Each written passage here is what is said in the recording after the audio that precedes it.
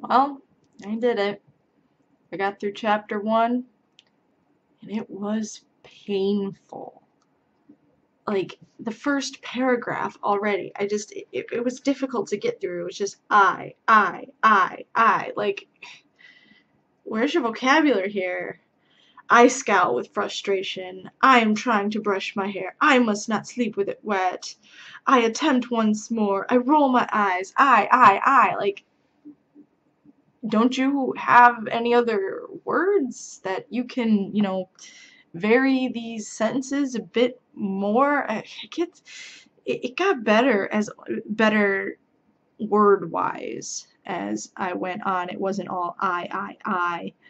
But that first paragraph, oh, disaster.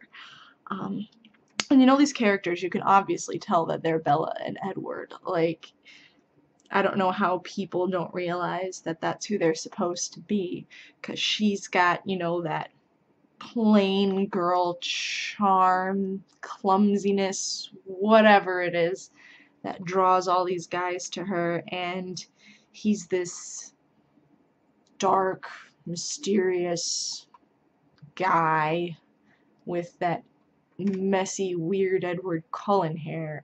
I don't know. Point is, it's obvious that this is Twilight fan fiction. And I don't know if it's just the formatting of this file that I got for my Kindle, because I don't want to believe that a professional author has made these many,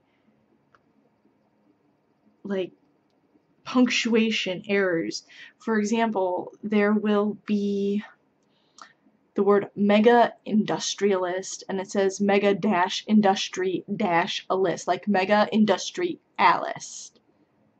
And then again with colossal, those words, industrialist, that's one word, colossal, that's one word. So I'm wondering if that's just the formatting on the file, or for example, there won't be a space in between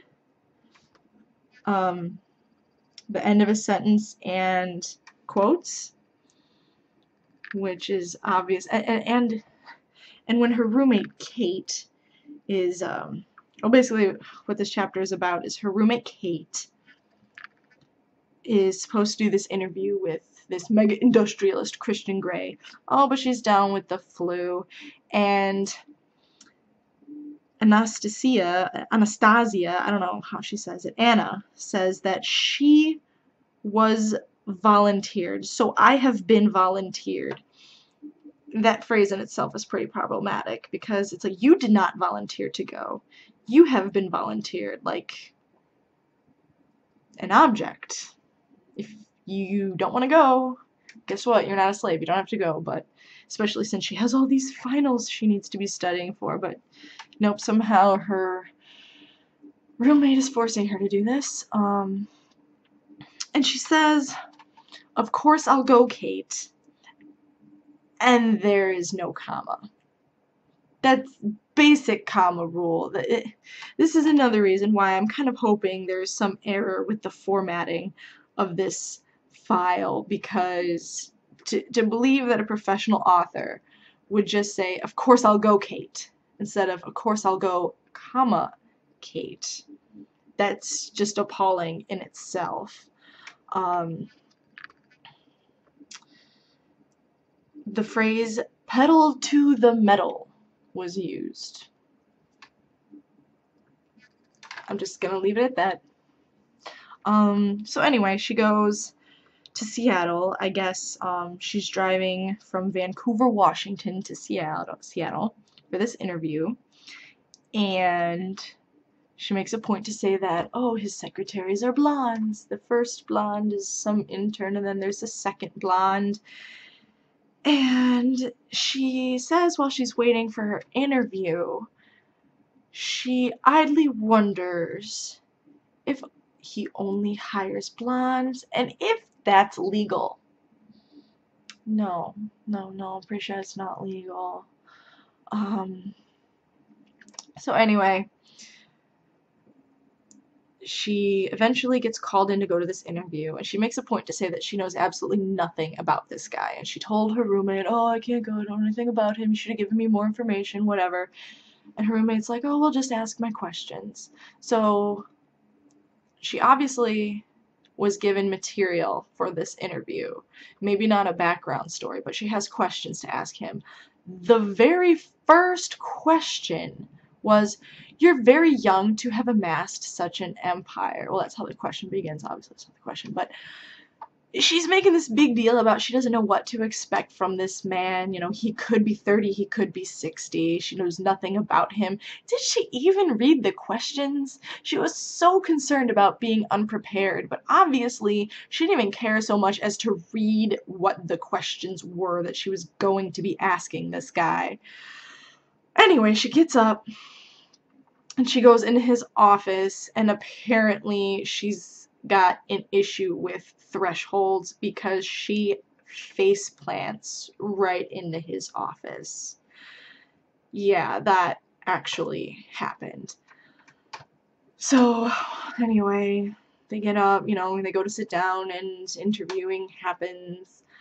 She notices the art, and she actually says the phrase, raising the ordinary to extraordinary. Who says that? Like, out loud, like, for real. Like, you say, oh, I like that art on your wall. You don't. Anyway, this was just so awkward and painful to read because she's just so clumsy. She she gets a mini disc recorder. Okay, what decade does this take place in? Like, come on. Like, okay, I'm not a reporter, so maybe there is something that I don't know about that reporters do still use mini disc recorders, but I was under the impression that everything was digital this day and age. So anyway, yeah, she's fumbling around with this mini disc recorder. Apparently her fingers somehow forgot how to work. She's dropping it on the table, whatever, and he's sitting there patiently, you know, obviously mentally laughing at her, because I know I am. And they're going through all these questions, and she's just being really unprofessional throughout the whole thing, and he's tolerating it. He really doesn't have to. And from what you see of his personality so far, he's very professional, he's very intimidating. His own secretaries, who are accustomed to working for him, are intimidated by him. Yet, he's tolerating this incredibly unprofessional girl. And the last question she asks him, and you can sort of forgive it if she just didn't have her brain filter on, if this just came to the top of her head and she spat it out. Like, even then, that's iffy. This is just not an acceptable question to ask anyone in any interview ever. What makes it better is that this question was on the list of questions her professional... Okay, I'll just say what the question is. She asked him, are you gay, Mr. Gray? Yeah, she asked him if he's gay. And apparently this roommate that she's filling in for is majoring in being a reporter or newspaper or whatever it is, but